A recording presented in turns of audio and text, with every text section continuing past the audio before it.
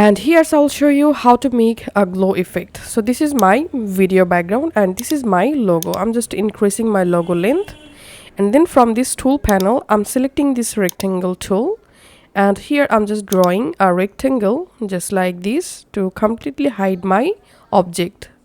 And after that, go to Essential Graphics, and here click on Fill and select a color for your glowing, and then go to Effects and search for Gaussian blur and add the Gaussian blur effect to your object, and then increase your object length, and then you have to add this logo at the top of your graphics. So just drag and drop it above the graphics layer, and now all you have to need, select your graphics, go to Effect Controls, under Gaussian blur, just increase this blurriness. I'm adding here 800, and here we can see the result.